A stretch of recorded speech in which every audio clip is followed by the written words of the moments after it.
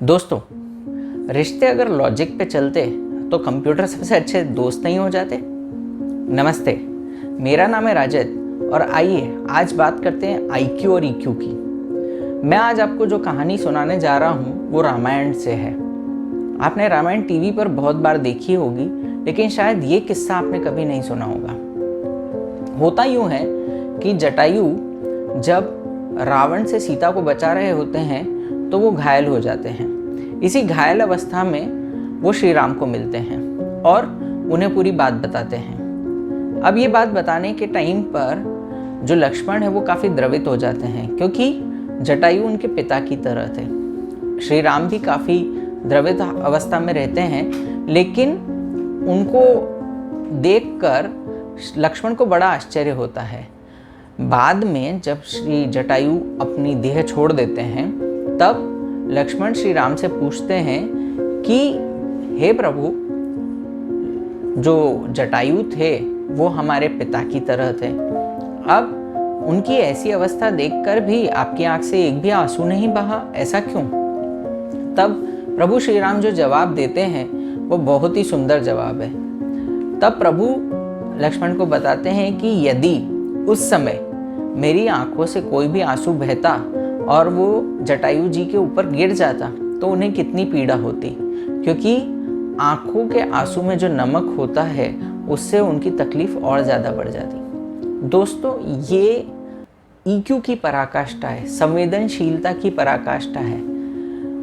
भगवान राम वैसे तो पुरुषोत्तम है, प्रत्येक अवस्था में वो हमें बताते हैं कि कैसे जीना चाहिए, लेकिन ये छोटा सा किस्सा हमें ये बताता है कि ईक्यू का इम्पोर्टेंस कितना है, संवेदनशील कितना हुआ जा सकता है।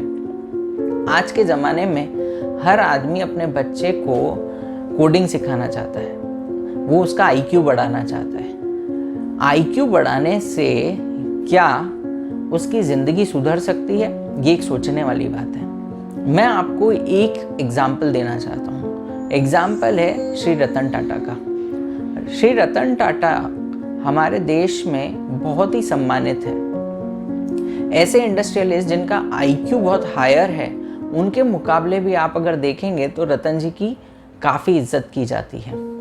पैंडेमिक के टाइम पर, कोविड के टाइम पर उन्होंने जिस दिलेरी से देश की मदद करी वो सभी देशवासियों को भा गया, और उसी का नतीजा था कि देशवासियों ने ईक्यू का इस्तेमाल करके, यानी इमोशनल क्वोशंट का इस्तेमाल करके टाटा की गाड़ियों को ज़्यादा से ज़्यादा खरीदने का फैसला किया।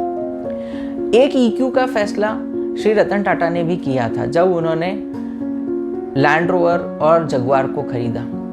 वो भी एक आईक्यू बेस्ड फैसला नहीं था, लेकिन इस ईक्यू बेस्ड फैसले की वजह से देश तो ठीक है पर पूरी दुनिया में टाटा का नाम रोशन हो गया। आज बाहर कोई भी भारतीय गर्व से कह सकता है कि जो टाटा की कंपनी है वो इन गाड़ियों की मालिक है।